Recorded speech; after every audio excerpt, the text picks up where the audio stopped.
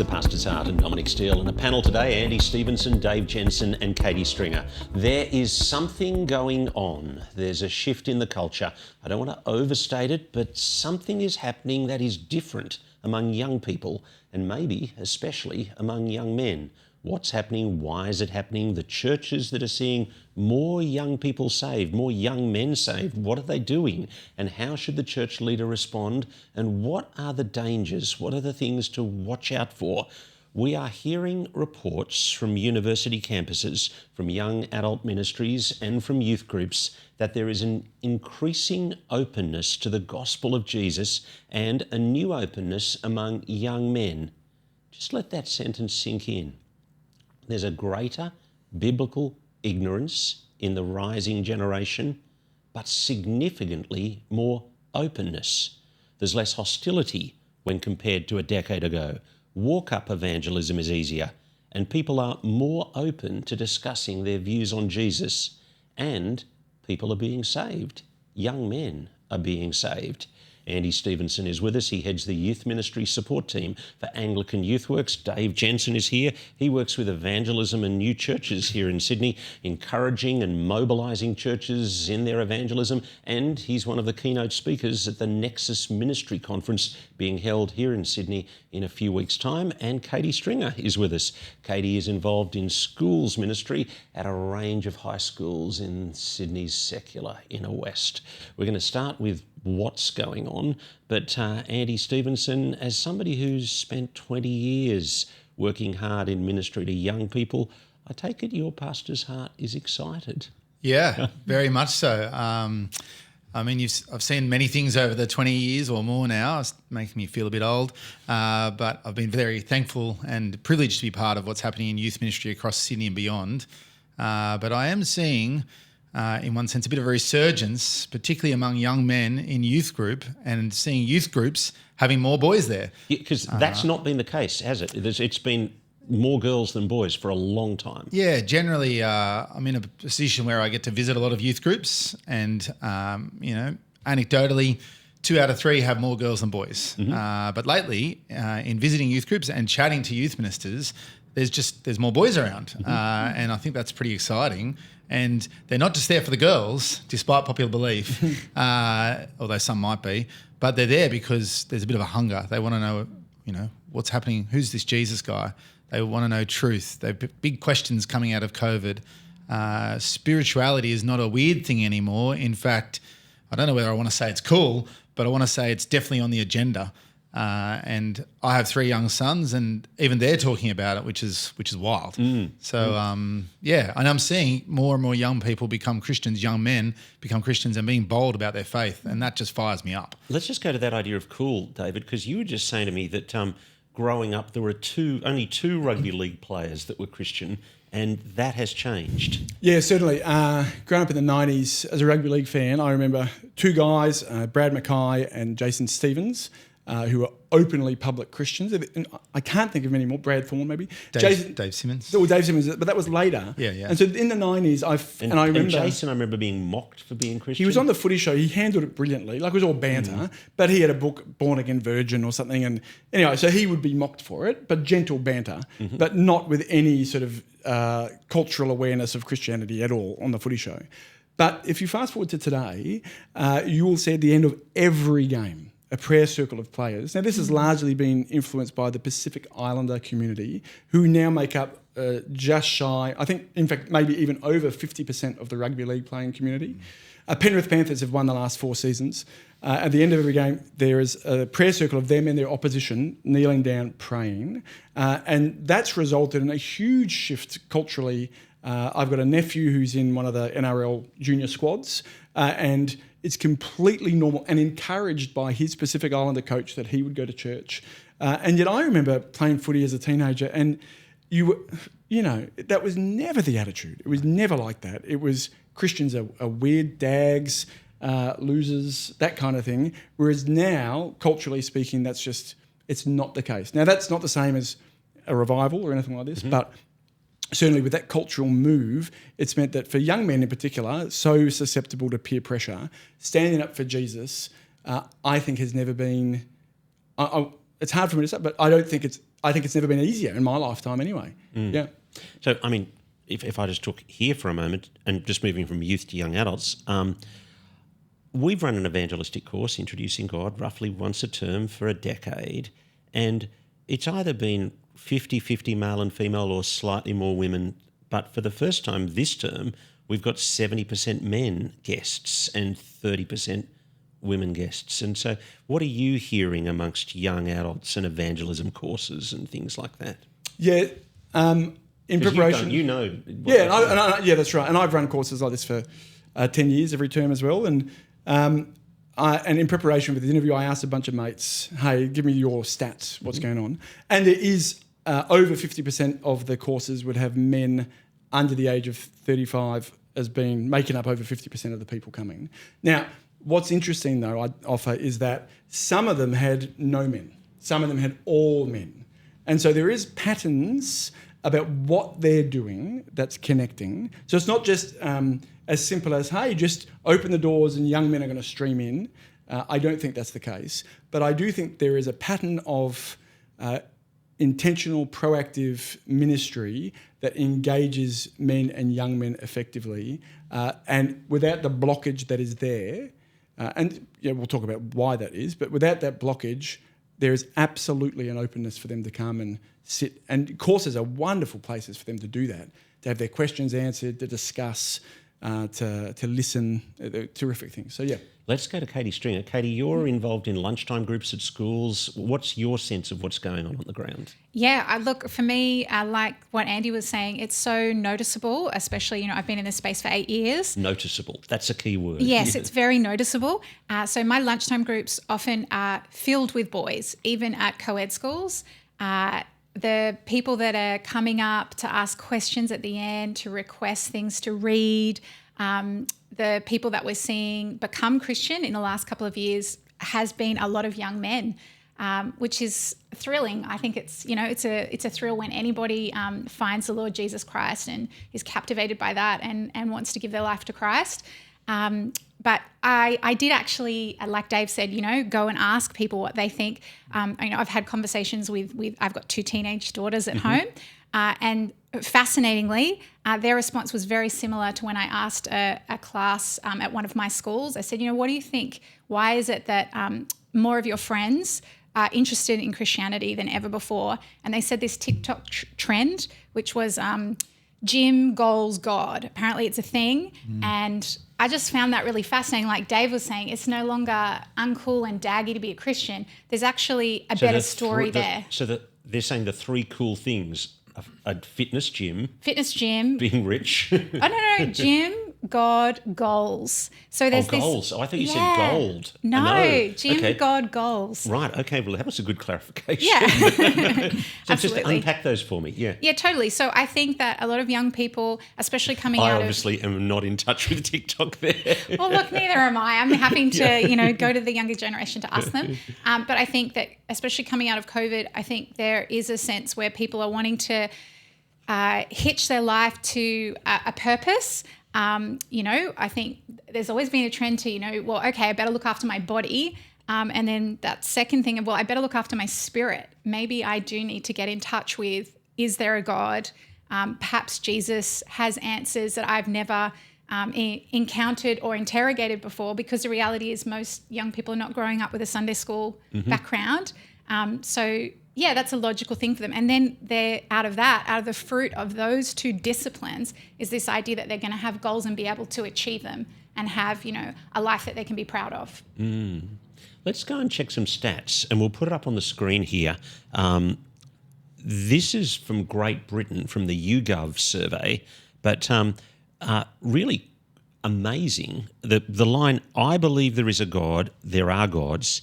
In August 2019, it was 23% of 18 to 24-year-olds.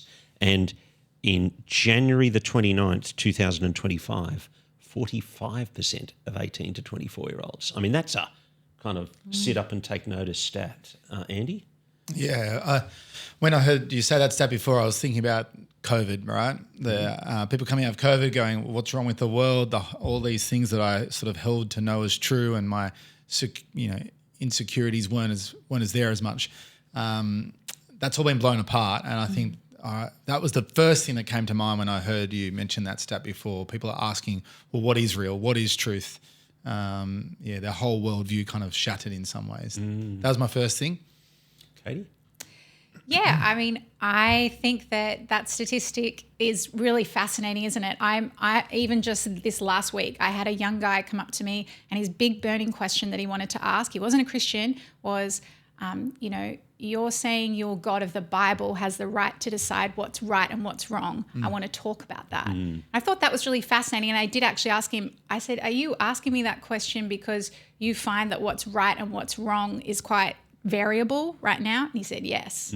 That's what he's wanting to talk about. I think there is a sense that the morality that our culture is promoting seems like it got invented recently. And so there's a desire to perhaps go to something that has a much longer history and a much stronger foundation upon which to build a life. Yeah. Okay, we'll dig into morality because, I mean, I want to put up this London Times report on the screen, but the headline in the London Times just a couple of weeks ago, Gen Zers on why they've turned to God, it's a beautiful thing waiting for sex.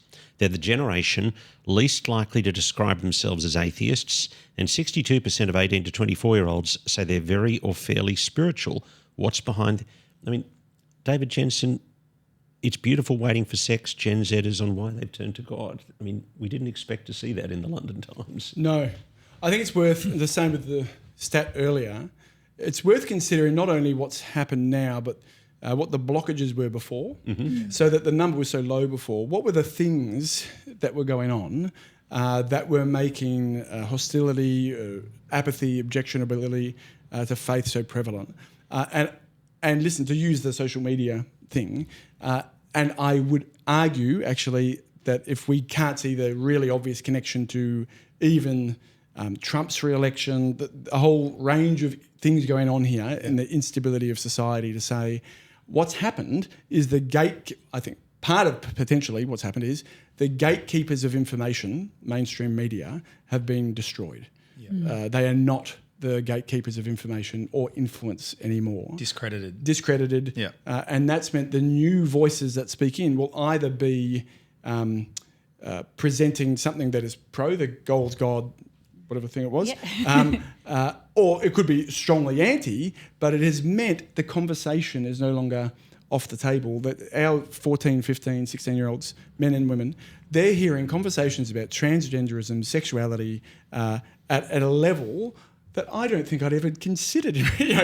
But they're confronted with this continually, unfiltered, and that is allowing them, I think, to begin to see, hey, the water the world offers here, it really is toilet water. And there are other options available out there that are not just my grandmother's church or whatever, but actually there's people of influence, intelligent, thoughtful people. And so that's potentially that removing the blockage of the gatekeepers of sort of liberal influence, I think it's been a wonderful thing for culture, but I think it's been potentially part of the reason why we have this spiritual opportunity. Okay, so let's move from the what to the why, and Dave's just started us on that. Andy, what do you want to say about why this change? Yeah, so there's been many things rolling around in my mind, but I think in a bit of a scattergun answer, you see that the rise of someone like Andrew Tate, who's promoted this toxic masculinity at the worst picture in one sense. I think that young men, I've talked to young men about this, and they've just looked at me and said, this is wrong. And they know that it's wrong, and they can't even explain why it's wrong in great detail, but they want to run away from that. They hear people like Jordan Peterson saying things that, he's polarising in one sense, but he's saying things that a lot of people are standing up going, oh, there's some truth here. Or there's Make your bed doesn't sound like a bad idea. Yeah, that's right. There's actually we need to kind of get on with our life and take responsibility for ourselves. And, there's some elements there that are really helpful. And I think young men are going, oh, I want to actually latch onto that because I'm hearing all these debates about gender. I'm seeing the morality picture of society and just going, this is rubbish. I was talking to some young men on the weekend and they were like, oh, we're just sick of talking about gender at youth group and answers to all these things. We just want to hold on to things that are real and run hard with that. And so when you look at Jesus and when the truth that he is, I think that that's very appealing. and it's real and it's authentic. And, young people today, authenticity is the highest bar. That's what they're looking for. So I think all of that together, thrown into the melting pot for young men, that's why Jesus is becoming an answer, which should be no surprise to us at all. But I'm very thankful for the conversations we're having. Yeah. Katie Stringer, I mean, you could say a couple of years ago that every message that a young man got was, you're bad, you're the danger, you're the problem. Yep. And I'm looking for something where I could potentially be positive, 100%. I think the reality for young men is that the story that the secular culture is giving them is no story at all. They're oppressive, they're violent, they should be quiet, they shouldn't be speaking in this space. And yet the Bible is giving them fantastic role models, especially in the person of Jesus Christ. They're not stupid.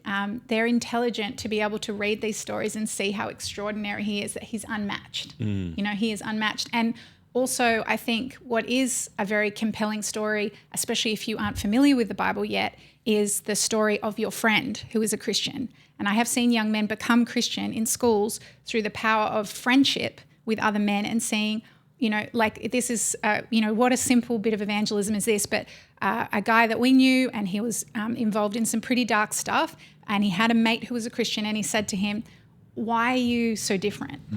Or why are you so nice? And this guy, his answer was, because of Jesus. He didn't have a profound answer, but simply in saying that, it made this guy go, okay, I might need to plug into some of the stuff that you're doing because you are so different to, the other people that I'm hanging out with. He was in a gang.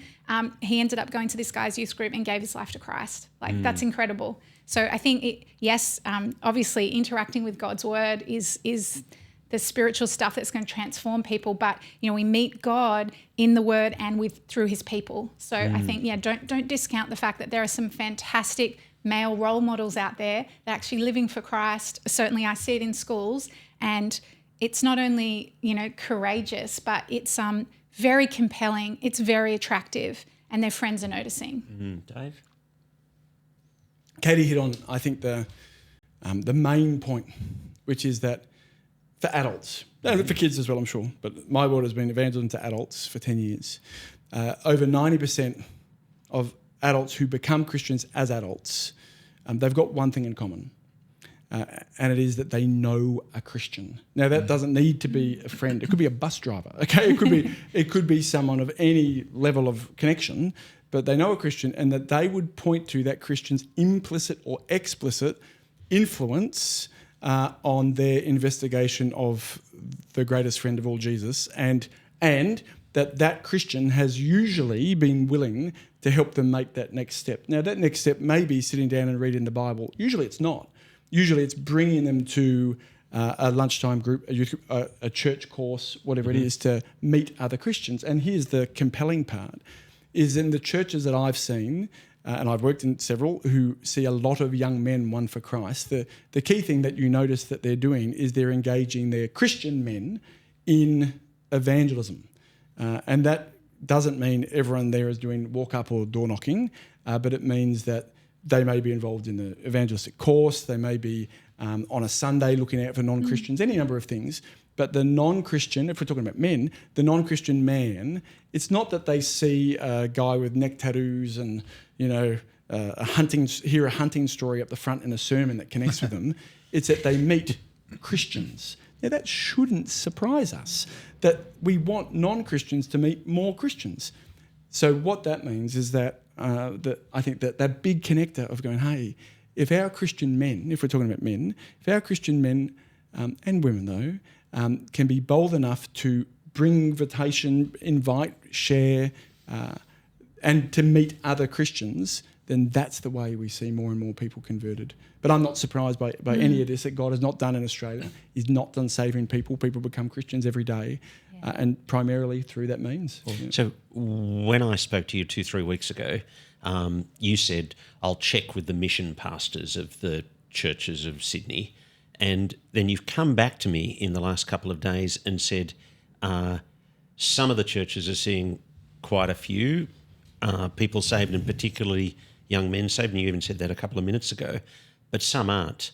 What are the churches that are doing well in this space doing particularly? What they're doing is they're doing evangelism that works well for all people. Yeah. So they're not doing nuanced, like UFC church, like, oh, we're going to do an arm wrestling competition for Jesus. Like that is a huge error that we think, oh, well, I'm going to analyze culture now and I've got to become more masculine. And it's not like that. It's not this surface level thing. All they're doing simply is they're doing evangelism that connects well with all people. Now, what is that? Well, there's three principles: the word plus people plus time. So that they're teaching the word in the presence of prayerful people over time. An evangelistic course is primarily what they're doing. But in that course, for example, they've got a team of people in that course who represent the demographic of their church, including men. And so that as Christian men bring their non-Christian friend, they're meeting other Christian men who they're sitting with and talking. And as they're exposed to more and more Christian people, that builds this plausibility and all this type of thing that go with it. But that works for 80-year-old women. It works for immigrants. It works for people from the subcontinent, from Middle East, Anglos. But it does work for young men if, particularly, I think, you work hard at getting the young men in your church or the people, I would say the young men in your church or the older men in your church involved in what your church is doing in evangelism. You must have them there.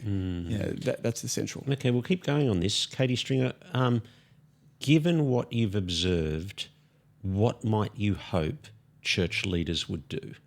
Yeah, well, just on what Dave was saying there, I think something that I have observed is I've observed people from local schools that have interacted with Christian programs bringing themselves along to church. Now, I will say I haven't seen female students on their own without their families at church on a Sunday, but I have seen male students on their own without their families on a Sunday. And I think that's awesome. They're choosing this for themselves. I'm assuming they've obviously told their parents and their parents are happy for them to attend. But I know there's a young man that does that in your church and we've got a couple in ours. And I think... In fact, the young man sitting behind the desk doing the video editing for us today actually was such a young man who came to church independent of his parents when he was in year 9. Yeah, absolutely. And look, isn't that the God-given nature of men? Like they are leaders and they're going to make decisions for themselves.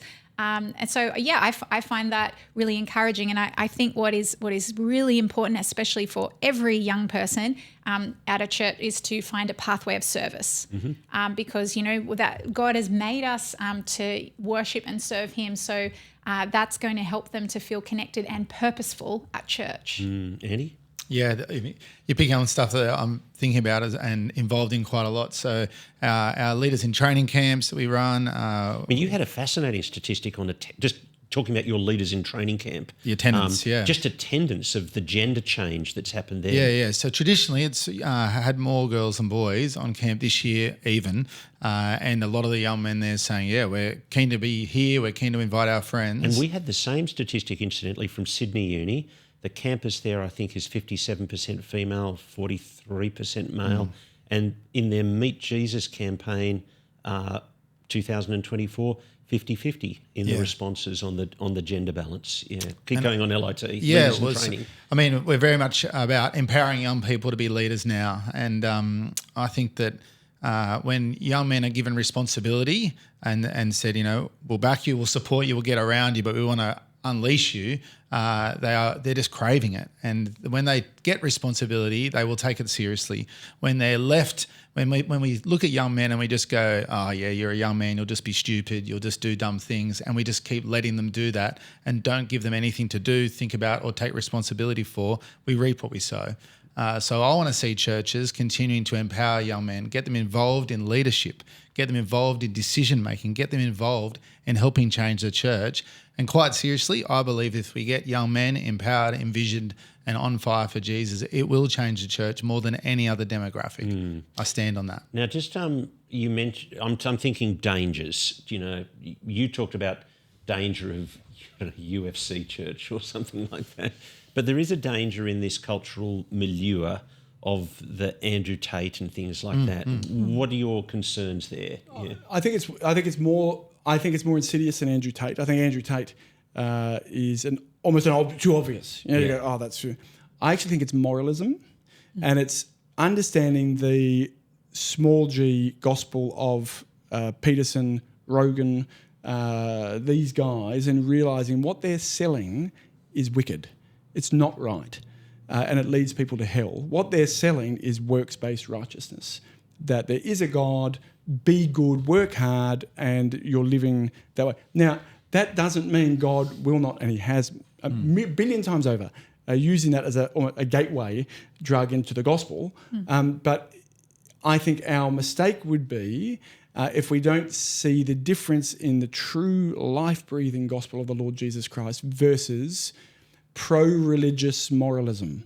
And that doesn't mean we speak against those individuals in the pulpit, anything like that. But it does mean we need to be crystal clear on the gospel. What the gospel, the distinctives of the gospel, grace, grace, grace, grace, grace. Because I've noticed over the years, as these young men have come to church and evangelistic courses,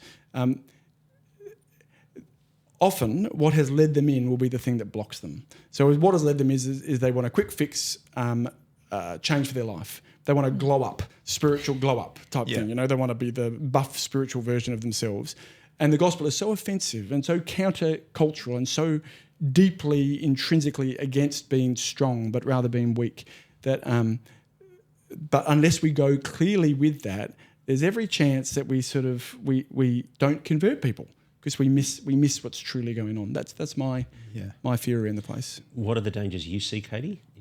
Yeah, I agree with what you're saying, Dave. And I think also too, I think we don't forget that the gospel message is also courageous.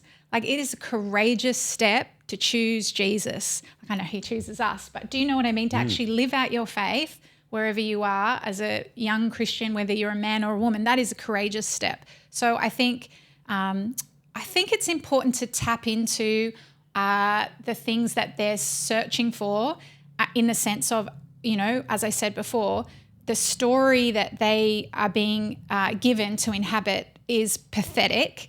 I think you described it as toilet water, but the story of what they can do with their lives as Christian men is fantastic. So we actually do want to, I think we do want to promote that. Of course, there's going to be suffering. That's, Jesus said, pick up your cross, carry your cross and follow me. But I think that there's a bravery in doing that as well too, and that's to be commended. Yeah, that's right. And I think part of it is what Andy was saying about the leaders in training thing, is that we want to be shaping people around eternity. Yeah. So going, hey, the envisioning piece is not to say to the young man, hey, we need help cleaning up after church, and if you vacuum, the girls will be impressed. You can get people to vacuum by envisioning them around the eternal realities of the gospel. Big stuff. And saying this makes a difference. This matters more than anything else. And actually, that's not a light switch we turn on in people and then we just do it once. Rather, it's a sensor light. If we stop moving, it turns off. We need to be continually feeding that into the minds of and hearts of our people. Last word, Andy Stevenson. On the dangers, it would break me and break all of us if we missed the opportunity. I think that we need to have our eyes wide open. I think we need to take hold of what's happening and really work hard with young people. Like what these guys have said, we need to be clear on the gospel. We need to be strong.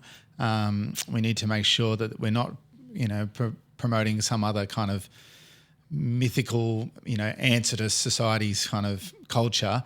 But we need to sort of keep showing them Jesus clearly, but we need to also just get alongside them. And if we don't do that, if we just keep ignoring what's happening or, trying to do other things that aren't helping young people, and particularly in this case, young men, young women as well, but I'm a big fan of saying help young people get more involved, and that will help lead the church for change now and in the future, of course. But yeah, we're seeing something special in one sense, and I think if the big danger for me is if we miss it, we're going to miss a lot more.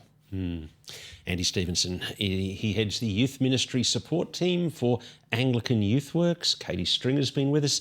She's involved in schools ministry in a range of high schools across Sydney's inner west. And Dave Jensen works with Evangelism and New Churches encouraging and mobilizing churches in evangelism, and will be a keynote speaker at the Nexus Conference being held in Sydney in a couple of weeks' time. And if you're around the Sydney region and haven't yet registered, well, you know what to do. My name's Dominic Steele. Thanks for being with us on The Pastor's Heart. We will look forward to your company next Tuesday afternoon.